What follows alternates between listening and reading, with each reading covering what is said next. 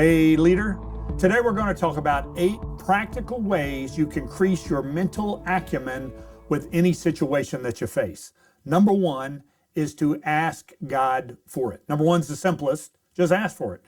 James chapter 1 verse 5 says, if any of you lacks wisdom, and I do, let him ask of God who gives to all men liberally and without reproach. So just ask. So often in my daily time with God, I'll say, Lord, like I prayed today, Lord, please make me smarter. Help me see things that I don't see. Let me look at things from a perspective differently than I normally look at it, number 1. Number 2 is to pray Solomon's prayer. Solomon is known as the wisest man who ever lived. So if he prayed a prayer and God answered it by giving him a lot of wisdom, I'm going to pray it too. So here's Solomon's prayer. 2 Chronicles chapter 1 verse 10. Solomon says, now give me wisdom and knowledge. Notice both of those. Knowledge is the base of information. Wisdom is knowledge practically applied. So I need to know things. I may read books, listen to podcasts, go to classes. Lord, give me knowledge so that I can know more things, and then give me wisdom that I can apply those things that I've learned to new situations. That's number 2. Number 3 is to change the way you go out and come in. So the second part of Solomon's prayer in 2 Chronicles chapter 1, he says, now give me wisdom and knowledge. But then he says that I may go out and come in among your people. You may have noticed that the way you go into a room affects the room. The way you go out of a room affects the room. How you walk through a room affects a room. When you take time with people, you make eye contact with people, you smile at people, you start with a question asking about them, all of that changes the room. You know, some people light up a room when they walk in. Some people light up a room when they walk out. If you're a wise person, you will light up a room when you walk in. So follow Solomon's prayer by changing the way, even when you walk in the door. Think about the process you follow when you walk into any room and change that process and then see how the room changes. That's number 3. Number 4 is to ratchet up your discretion by 3 notches. Now, why do I say 3? I say 3 based on Proverbs chapter 8, verse 1, says, does not wisdom call and understanding raise her voice on the top of the heights beside the way where the paths meet, she takes her stand. So whatever my situation is, and mentally, I try to elevate it 3 levels to use wisdom. Here's another way that I get at that. Particular situation, I'm not sure what to do.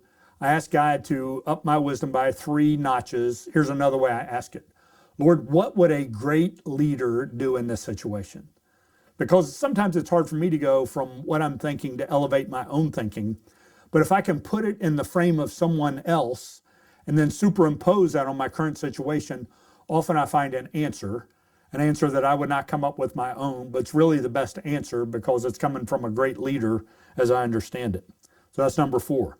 So way number 5, and another way to practically increase your wisdom is to recognize the proper place of pain. Now this may be a new one for you. So we said before, James chapter 1 says, if any of you lacks wisdom, let him ask of God who gives to all men liberally and without reproach. But if you go before that 3 verses, James chapter 1 verse 2 says this, count it all joy when you face trials of various kinds. Isn't that interesting?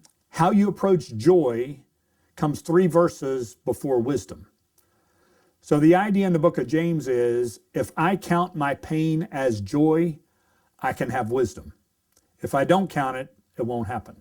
So you may know people who are older, who've been through horrible, horrible circumstances, yet they are wise and they carry the sweet aroma of Christ with them. You may also know older people that have been through things not nearly as bad, and they're crotchety, they're gripey, they're grumpy, they're complaining. You can't stand to be around them. So the fact that they don't have wisdom comes from the belief that they did not count their pain as joy. So do you want to increase your wisdom? Count your pain as joy. That's number 5. Practical way number 6 is to read the book of Proverbs, 1 chapter each day for each day of the month. The day I'm filming this is the 17th of a particular month, so this morning I read Proverbs chapter 17. So each proverb, there's 31 of them, it matches most months with 31 days. So whatever the day of the month is, just get into a regular routine of reading that chapter for the day. And another way that I expand that, so after you go through 1 month, what are you going to do? Well, I change translations. So I may use a New American Standard Version, New American Standard Bible 1 month. I may use a New International Version 1 month. I may use a New Living Translation 1 month. I may use a Contemporary English Version 1 month. I may use the English Standard Version 1 month. So I'm still reading Proverbs, but I'm getting a little different look at it because I'm changing translations. That's way number 6. And then way number 7, a possible way to increase your wisdom, is to read through the book of Proverbs and categorize them. So you may notice that's what I did with this series. I categorized it into 6 categories.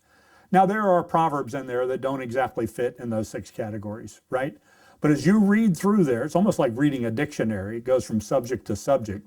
But if you look for the common threads through the book of Proverbs, and then you put all those together, like one would be communication. Proverbs 15 is a great chapter on communication, but there are other Proverbs that talk about communication.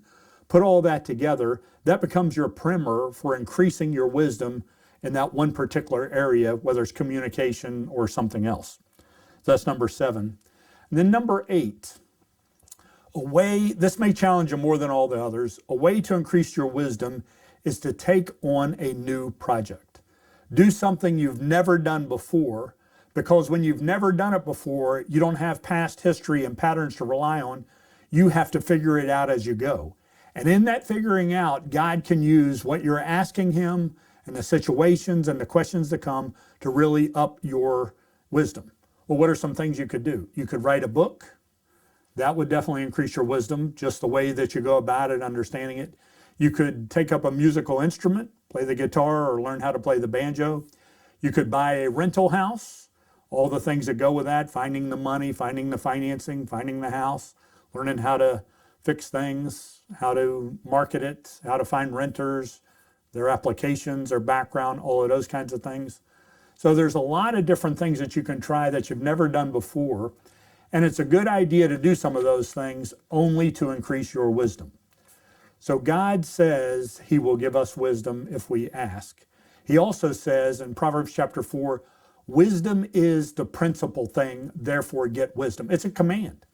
These 8 ways could help you to follow that command through asking God for it. Number 2, praying Solomon's prayer. Number 3, changing the way you come out or go in to a room. Number 4, ratchet up your discretion by 3 notches. Number 5, recognize the proper place of pain. Number 6, read the book of Proverbs, a chapter a day. Number 7, categorize a book of Proverbs. And then number 8, try something new. These I have applied to my own life and it has helped. I have realized that I apply more wisdom in situations because of these 8 things, and I believe they will do the same thing for you. Still not subscribed? Just hit the button there to get more leader insights and develop yourself in a way that God can use you to an even higher degree.